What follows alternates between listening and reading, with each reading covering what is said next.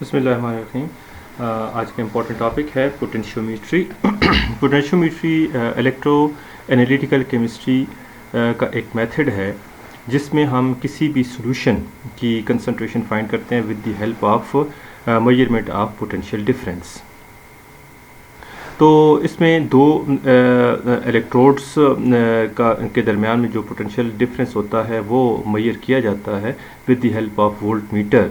और इसमें जो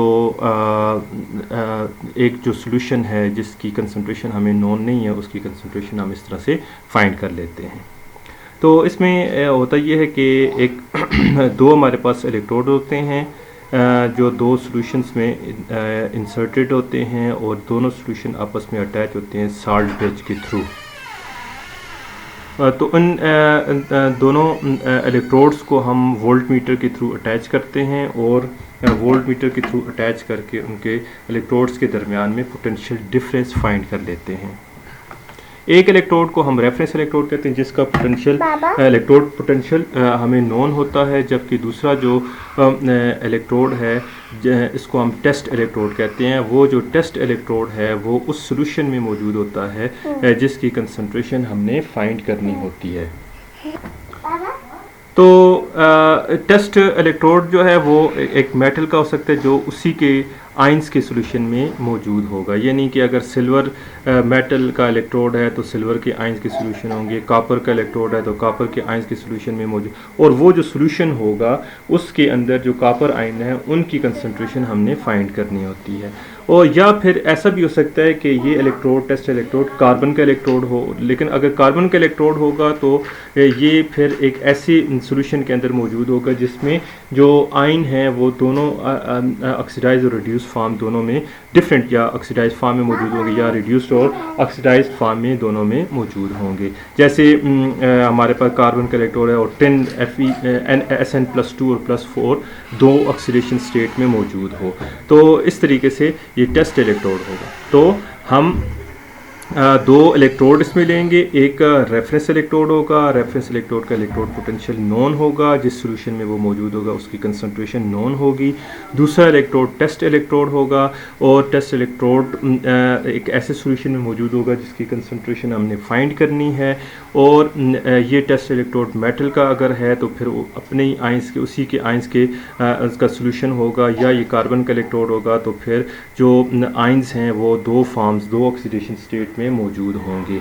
इन दोनों सॉल्यूशंस को हम वोल्ट ये साल्ट ब्रिज के थ्रू कनेक्ट करेंगे और जब इन दोनों इलेक्ट्रोड्स के दरमियान में पोटेंशियल का डिफरेंस वोल्ट में, ये देखें वोल्ट मीटर हमने लगाया, वोल्ट मीटर की मदद से हम दोनों के दरमियान में पोटेंशियल का डिफरेंस फाइंड करेंगे।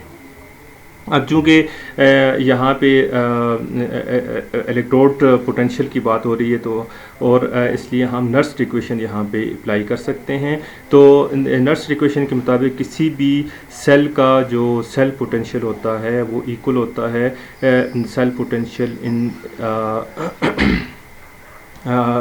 Under standard condition minus RT over NF into log of K equilibrium. Equilibrium constant है ये, R gas constant, T temperature in kelvin scale, N number of electrons exchanged in half cell reaction और redox reaction, F Faraday constant, ये भी constant है, R भी constant, T जो है temperature है और N जो है किसी भी जो रिएक्शन हो रहा है तो उसमें जो इलेक्ट्रॉनों की एक्सचेंज हो रही है उसके इलेक्ट्रॉनों की एक्सचेंज के नंबर को रिप्रेजेंट, जैसे यहाँ पे सिल्वर +1 से 0 में चेंज हो रहा है तो N = 1 होगा। अगर ये यहाँ पे +2 होता और 0 में कन्वर्ट होता तो N = 2 हो जाता। इस तरह से ये नंबर ऑफ इलेक्ट्रॉन एक्सचेंज्ड को रिप्रेजेंट कर रहा है।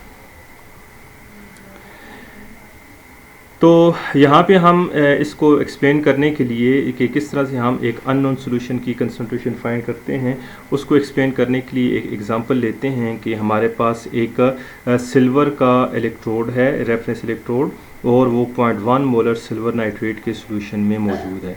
दूसरी तरफ हमारे पास टेस्ट इलेक्ट्रोड है जो कि एक सॉल्यूशन जिसकी कंसंट्रेशन जिसकी सिल्वर आयन की कंसंट्रेशन हमें नोन नहीं है उसमें मौजूद है। ये जो टेस्ट इलेक्ट्रोड है ये चूँकि सिल्वर आयन है तो ये सिल्वर का ही इलेक्ट्रोड होगा। दोनों को हमने साल्ट ब्रिज के थ्रू कनेक्ट किया हुआ है और यहाँ पे हम ये देखेंगे कि नेट रिएक्शन जो है वो ये होगा कि यहाँ पे हो या यहाँ पे हो, तो सिल्वर आयन पॉजिटिव +1 से 0 ऑक्सीडेशन स्टेट में, या सिल्वर जो मेटल है वो +1 ऑक्सीडेशन स्टेट में कन्वर्ट हो रही है। तो हम ये कह सकते हैं कि यहाँ पे जो n = 1 हो जाएगा।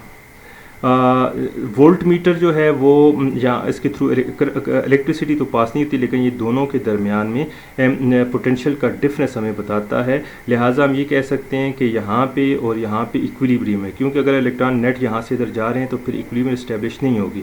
यहाँ पे भी और यहाँ पे भी इक्विलिब्रियम इस्टेब्लिश्ड है, क्योंकि वोल्ट मीटर से पोटेंशियल का डिफरेंस बताएगा। ये इसके थ्रू इलेक्ट्रॉन मूव नहीं कर सकते, तो यहाँ पे इक्विलिब्रियम इस्टेब्लिश्ड है। अब पोटेंशियल डिफरेंस जो है वो हम वोल्ट मीटर की मदद से फाइंड कर लेंगे, और जो इक्वल और वो हमें बताएगा सेल पोटेंशियल, वो सेल पोटेंशियल की इक्वल होगा, और वो इक्वल होगा रेफरेंस इलेक्ट्रोड का electrode potential minus test electrode का इलेक्ट्रोड पोटेंशियल। तो यहाँ पे रेफरेंस और टेस्ट इलेक्ट्रोड के इलेक्ट्रोड पोटेंशियल को हम नर्स्ट इक्वेशन की मदद से फाइंड कर सकते हैं। तो रेफरेंस ये हमारे पास आ गया under standard condition, electrode potential -RT/NF log of K equilibrium. अब अगर टेम्परेचर 25 डिग्री सेंटीग्रेड यानी 298 केल्विन है तो फिर ये R, T, N और F इसको हम कैलकुलेट करेंगे तो 0.059 इसका आंसर आ जाएगा। और log of K equilibrium constant equal होता है concentration of product divide by concentration of reactant. तो प्रोडक्ट जो है वो सिल्वर मेटल है, तो सिल्वर मेटल चूँकि सॉलिड किसी भी इक्विलिब्रियम में मौजूद हो तो उसकी कंसंट्रेशन कांस्टेंट हम लेते हैं, लिहाजा इसको हम वहाँ पे रिप्रेजेंट नहीं करेंगे। सिल्वर आयन की कंसंट्रेशन को शो करते, तो यहाँ पे हमने प्रोडक्ट की कंसंट्रेशन नहीं ली, सिर्फ आयंस की कंसंट्रेशन ली है।